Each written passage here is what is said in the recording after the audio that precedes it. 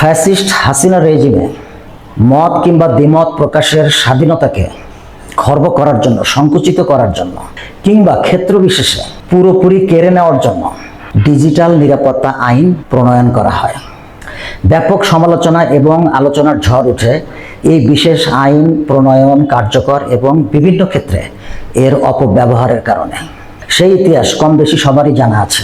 হাসিনার ফ্যাসিস্ট হয়ে ওঠার পিছনে এই আইনের বিশেষ ভূমিকা আছে বলে অনেকেই মনে করেন। একটু পিছনে ফিরে তাকাই আমরা 2015 সালের মার্চ মাসে নেত্রকোনার আতিক হাসান হানিফ নামের এক তরুণকে তৎকালীন প্রধানমন্ত্রী শেখ হাসিনার বিকৃত ছবি ফেসবুকে পোস্ট করার কারণে গ্রেপ্তার করা হয়েছিল।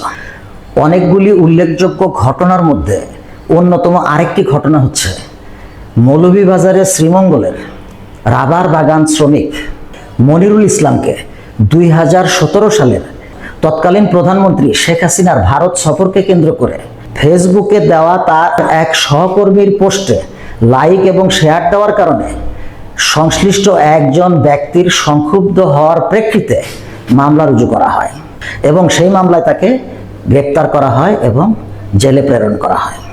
সেন্টার ফর গভর্নেন্স স্টাডিজের এক সমীক্ষায় দেখা যায় 2018 থেকে 2024 সালের আগস্ট মাস পর্যন্ত সর্বমোট 3208টি মামলা এই আইনের আওতায় সারা বাংলাদেশের বিভিন্ন থানায় এবং বিভিন্ন আদালতে দায়ের করা হয়, যাদের মধ্যে অধিকাংশ ব্যক্তিকে গ্রেপ্তার করা হয়, বাকিরা পালিয়ে বেড়ান কিংবা আত্মগোপনে থেকে নিজেদেরকে রক্ষা করার চেষ্টা করেন। এবার আসি এই দায়েরকৃত মামলাগুলোর মধ্যে ব্যাপকভাবে আলোচিত এবং উল্লেখযোগ্য বেশ কিছু মামলার বিষয়ে। মুস্তাক আহমেদ নামে একজন লেখকের বিরুদ্ধে মামলা দায়ের করা হয় এবং তাকে অ্যারেস্ট করা হয়। আহমেদ কবির কিশোর নামের একজন কার্টুনিস্টকে ওই 2020 সালেই গ্রেপ্তার করা হয়। সবারই জানা আছে খাদিজাতুল কোবরা নামে জগন্নাথ বিশ্ববিদ্যালয়ের একজন শিক্ষার্থীকেও গ্রেপ্তার করানো হয় এবং এই ঘটনাটি পুরো সোশ্যাল মিডিয়া তথা মেইনস্ট্রিম মিডিয়াতে ব্যাপক আলোচনা এবং সমালোচনার ঝড় তোলে।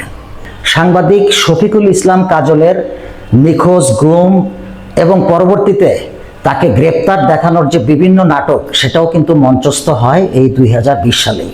দিনাজপুরে দীপ্তি রানী দাস নামের 10ম শ্রেণীর একজন ছাত্রীকে ফেসবুকে কোনো একটা পোস্ট দেওয়াকে কেন্দ্র করে 2020 সালে গ্রেপ্তার করা হয় এবং তাকেও জেলে প্রেরণ করা হয়। মোহাম্মদ আখতারুজ্জামান নামের একজন ব্যক্তিকে ফেসবুক কেন্দ্রিক কোনো একটা পোস্টকে কেন্দ্র করেও এই ডিজিটাল নিরাপত্তা আইনের মামলায় গ্রেপ্তার করে জেলে প্রেরণ করা হয় 2021 সালে।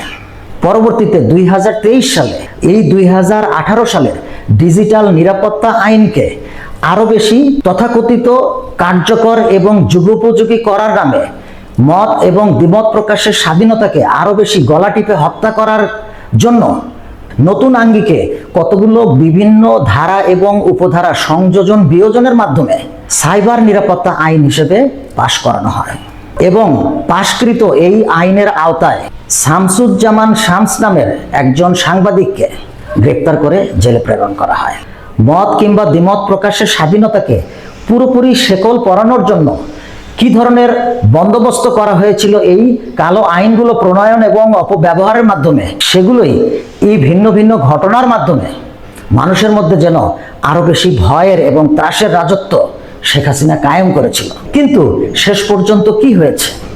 বাক স্বাধীনতা তথা মানুষের মত প্রকাশের স্বাধীনতার প্রতি যদি শ্রদ্ধাবোধ না থাকে, যে কোনো সরকারের জন্যই এটা যে একটা বড় ধরনের পতনের সূচনা করে, সেটাই প্রমাণ করে গেছেন তার এই কালো আইনগুলো প্রণয়ন, অপব্যবহার এবং মানুষের উপরে চাপিয়ে দেওয়ার মাধ্যমে।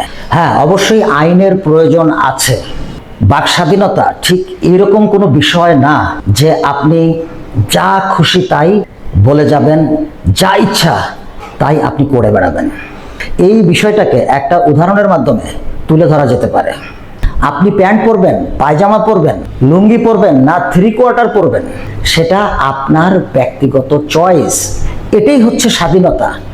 আপনি জাঙ্গিয়ে পরে ঘুরবেন না কোনো কাপড় ছাড়াই আপনি রাস্তায় বের হবেন, সেই স্বাধীনতাও কিন্তু আবার কোনোভাবেই কাম্য নয়। সেক্ষেত্রে মত প্রকাশের স্বাধীনতাকে বিভিন্ন ধরনের কালো আইনের প্রণয়ন কিংবা অপব্যবহারের মাধ্যমে হরণ করাকে যেমন কোনো সরকারের জন্যই কোনো ভালো ফলাফল বয়ে আনে না, ঠিক তেমনিভাবে সমাজের প্রতিটি নাগরিকেরও দায়িত্ব আছে। সরকারের যেমন বাক স্বাধীনতাকে হরণ করার কোনো ধরনের অপচেষ্টার সাথে সামিল হওয়া বাঞ্ছনীয় নয়, ঠিক তেমনিভাবে প্রতিটা নাগরিকেরও নিজস্ব দায়িত্ববোধ থেকে সেই স্বাধীনতাকে কিভাবে আমরা ব্যবহার করব সেটার ব্যাপারেও যথেষ্ট প্রজ্ঞার পরিচয় দেওয়ার প্রয়োজন আছে বলে আমি ব্যক্তিগতভাবে মনে করি।